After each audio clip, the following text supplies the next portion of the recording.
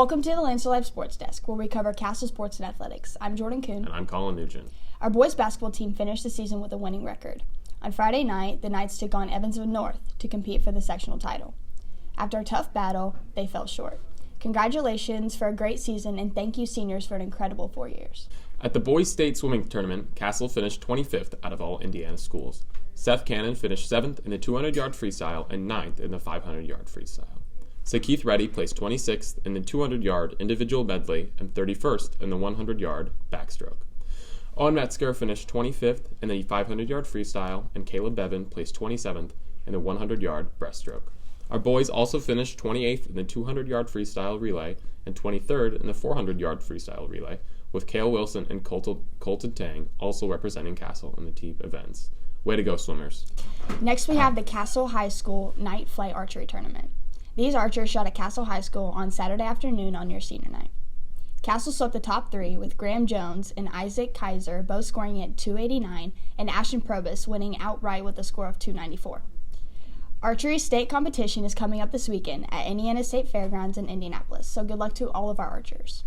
This wraps up Lancer Live's coverage of winter sports, and we want to thank all of our athletes for representing Castle this year. Seniors, good luck in the future, and to everyone returning next season, keep representing the Castle Knights with pride.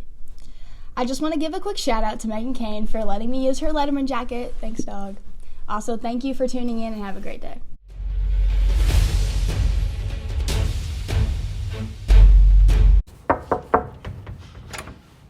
Okay, today we're going into the Lancer Live room to see what everyone's up to. This is Lainey Browning. Hello. What are you working on today? I'm making some questions for the next teacher interview. It's exciting. It's exciting.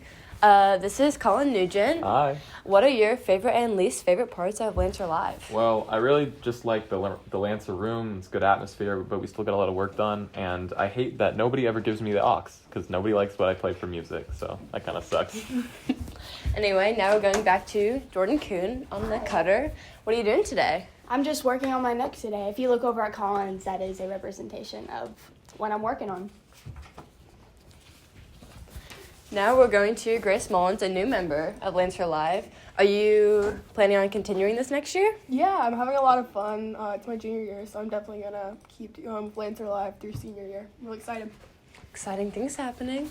This is Justice McCord. What are you planning on doing for spring break? I am working full-time at my job, 7 to 5 every day. Where do you work? Work vet clinic. And then finally, this is Gavin Wood. What are you studying? Answer.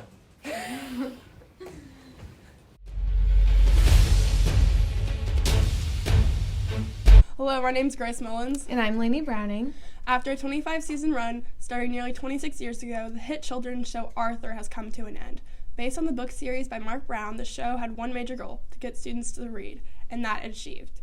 Airing on PBS since 1996, it acted as a major part of television for children spanning Millennial and Generation Z. The show was a major hit. It covered cultural topics ranging from religious differences, peer pressure, adoption, LGBTQ marriage, and much more. The final episode, airing February 21st, concluded the show with a bang, showing the future of the characters who had never aged once in the series. The characters were aged up 20 years, each having a career to match the personality they had shown through the seasons. While some shows are coming to an end, other shows are just beginning with a reboot of Reading Rainbow, first airing last week. Reading Rainbow was another major children's show airing in 1983, starring LeVar Burton. Although Burton isn't in this reboot, the show hopes to follow the precedent he set. The show now streams live online, blending two formats of shows known to each generation. The show's new format combines the live television aspect from the 80s with the accessibility of today's modern online streaming. The show's goal remains the same, to show kids that reading can take you wherever you want to go. Hey guys, we're back with the teacher section of Lancer Live. Today we are with Mrs. Marsh, our nutrition and wellness teacher here at Castle, and today we're just going to be asking her a few questions. What do you do outside of school? Well, I have a second job, and but like in my free time, I do a lot of stuff with my dog. I go hiking a lot. I love to bake, so that's pretty much. It's really boring, actually. Yeah. What is your favorite food to make? So I mentioned I love baking. I love to make anything like a cheesecake, I make cheesecakes most often, but I also love, I love making cookies. I think I have the best cookie recipe, but I think anybody with a good cookie recipe thinks they have the best. So, Who is your favorite chef? Whenever I was growing up, my favorite chef was, well, it was kind of like my papa, but like a famous chef, it would be, I always watched Rachel Ray. Like, I'd come home from school and like I would watch her show. Not that I think she like was the best, but I just always enjoyed like her energy and like just her overall. So I always watched her. I love her too. Yeah. What is your favorite high school memory? Definitely being involved in things like journalism, yearbook. I was a theater kid, so I loved that too. But definitely just being involved in things like that. Loved it. What is your favorite trend right now? Like TikTok trend or what? It's okay. Well, if we want to talk about like a TikTok trend, like I love anything to do with like animals. Like I absolutely adore any animal video that's on my For You page all the time. Yeah. That's all I have. There's no like specific trend, but anything to do with an animal, I'm all for it. Where is your favorite place to eat? Depending on what I'm feeling, I love Jalisco's for Mexican. We usually go there on Sunday. And then I love Little Angelo's. Yeah, that place is good. Yes. Very good. This is kind of boring. Where did you go to college? USI. What is like? Go Screagles. What is your favorite cooking show? Cooking show? I love The Great British Bake Off. Oh. I didn't think I was going to get that out, because I've stumbled over it before, but yes, I love that show. Yes, my it's so mom fun. does too. Yeah, it's like just so much like anxiety, like are they going to get it done? Yeah. Love it.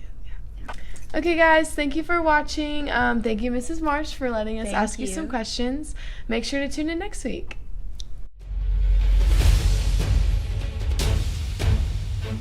Hi, I'm Gavin Wood, And I'm Layla Wandel. and we're here to bring you the night And Day. of global news.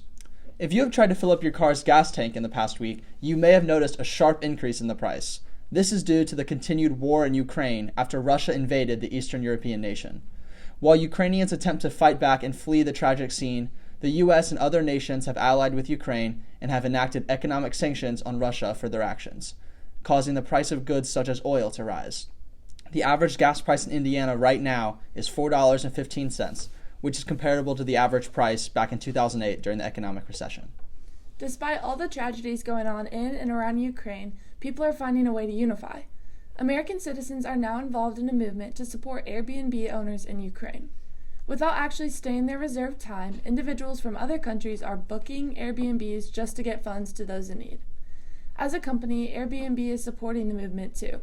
The company has waived all guest and host fees for the time being. Stories such as this provide hope for the people of Ukraine and the rest of the world.